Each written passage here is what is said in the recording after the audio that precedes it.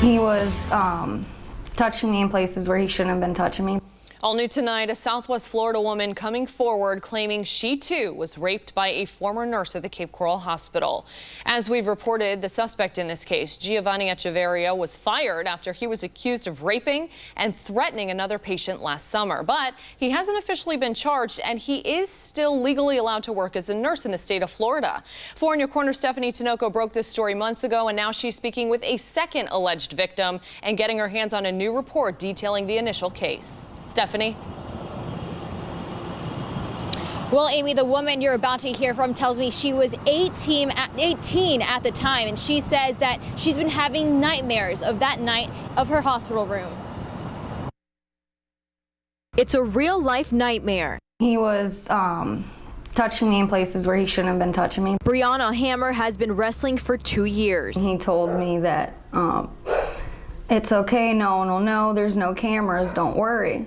And then he got on top of me. Hammer was a patient at Cape Coral Hospital. Jeovanni Hechavarria was her nurse. And everyone should know about him. Earlier this year, we aired a story after the Department of Health placed an emergency restriction on Hechavarria's nursing license for allegedly raping a 43-year-old patient. It happened to me in 2015 from the same person, and I was wondering, why was he still working after what he did to me? Records show Hammer filed a report with Cape Coral Police when she was 18 years old with similar claims. She says back then, Cape Police didn't take her complaint seriously. The male officer looked into my face the whole time I was talking to him like I was lying, or I didn't know what I was talking about. This police report shows the officer states Hammer had many inconsistencies with her story, and that because of her poor account of what happened and a lack of evidence, he believed no crime took place. The state attorney's office denied a warrant request for Hechavarria's arrest. 2 years later, Hammer is sitting with me, recounting what happened. So I was under strict orders. You couldn't come into my room unless you were wearing a gown, gloves, and a mask. He was wearing all those things when he was doing the things to me. Hammer tells me at the time she told the police officer, a hospital supervisor, and a security officer there was evidence that may have been helpful during their investigation. They said that they were gonna go speak to the nurse themselves and they'll be right back.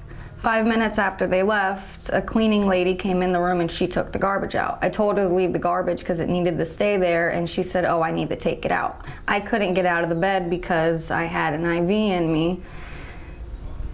And for some reason, they couldn't find that bag of garbage out of the whole hospital. This transcript between Hechavarria and a detective shows Hechavarria says he thought Hammer was trying to sue the hospital for personal gains and denied any and all allegations. He was back at work 1 week later.